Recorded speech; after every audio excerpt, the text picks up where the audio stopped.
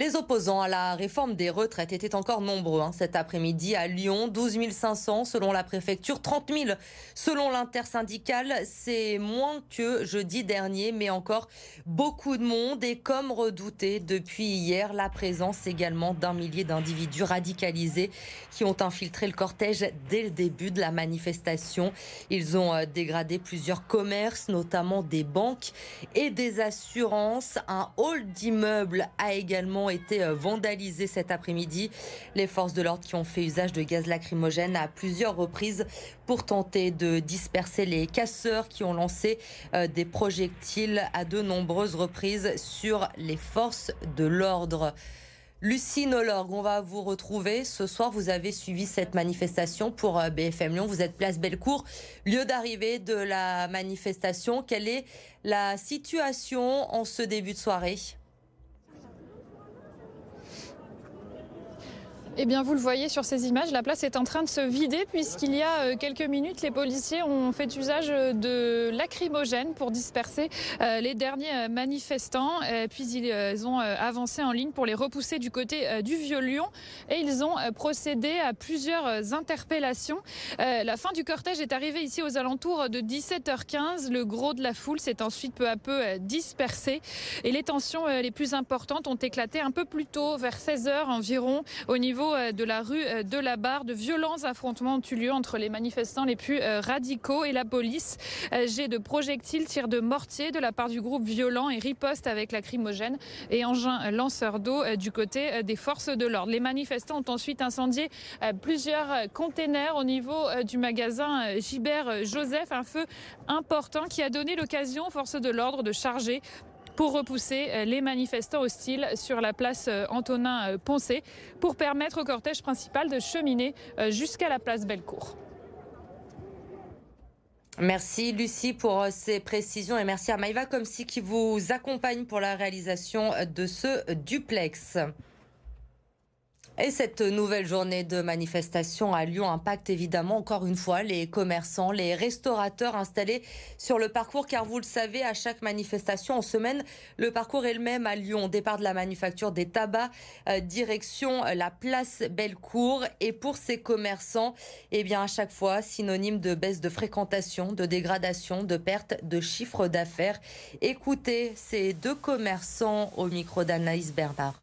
Encore une de plus, encore une de trop, bien évidemment. Encore une fois, le sujet, c'est pas les bonnes ou mauvaises raisons de manifester, c'est qu'on est à nouveau encore impacté. Là, ce midi, on est à l'extrême, c'est-à-dire que le restaurant est vide, complètement, pas de clients. Voilà, rien. Ça nous a impacté à cause du gaz lacrymo surtout, les casseurs, du coup, qui viennent vers la devanture. Le gaz lacrymo qui est déjà rentré dans la salle. Du coup, ça nous a impacté, nous et les clients. On a dû évacuer la salle et fermer prématurément. Du coup, c'est un peu compliqué. C'est un impact économique effectivement conséquent qui se rattrape pas puisque, pour l'avoir déjà expliqué, ce sera de pair sûrement a fortiori ce soir. C'est-à-dire que généralement, ça entraîne une journée quasi morte. Je pense qu'il y a plus qu'un ras-le-bol et on est nombre de commerçants à déplorer effectivement cette chienlit, quoi. Des débordements, des dégradations à déplorer, mais heureusement, le cortège encadré par l'intersyndicale, lui, a pu défiler normalement aujourd'hui à Lyon. Et comme attendu, les jeunes étaient très présents dans la manifestation du jour. Depuis l'utilisation du 49.3, la jeunesse s'est également emparée de ce mouvement social. Lauriane Pellaou. Vous le voyez, il y a beaucoup de jeunes dans le cortège derrière moi, étudiants, apprentis, lycéens, tous ont voulu dire non à la réforme des retraites et ils sont particulièrement mobilisés depuis l'utilisation du 49.3 par le gouvernement. Aujourd'hui, on voit que la mobilisation des jeunes, elle a pris une ampleur sans précédent à cause de l'utilisation du 49.3 qui est finalement un véritable déni de démocratie et c'est ce qui révolte la jeunesse. Ça a été fait avec une telle brutalité, le gouvernement a été si brutal avec nous, enfin avec la jeunesse, avec la France même globalement, parce que 70% des Français sont contre la réforme des retraites, pour rappel, que ça a été un déclencheur. Une colère qui monte aussi en raison des violences qui ont éclaté avec les forces de l'ordre lors des dernières manifestations. C'est en tout cas ce qu'ont pu constater Kim et Juliette lorsqu'elles sont descendues dans la rue la dernière fois. La dernière fois à Bellecour, quand ils nous ont enfermés sur la place alors que le cortège n'était pas arrivé. Et ils nous ont tous gazés alors qu'il y avait des personnes âgées, des enfants. Enfin, j'ai trouvé ça vraiment aberrant.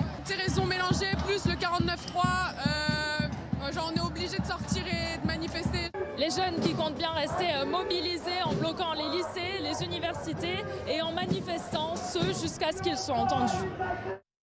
Ce matin, déjà, plusieurs lycées et plusieurs facs de la métropole lyonnaise ont été bloqués pour la première fois depuis le début du mouvement, il faut le signaler.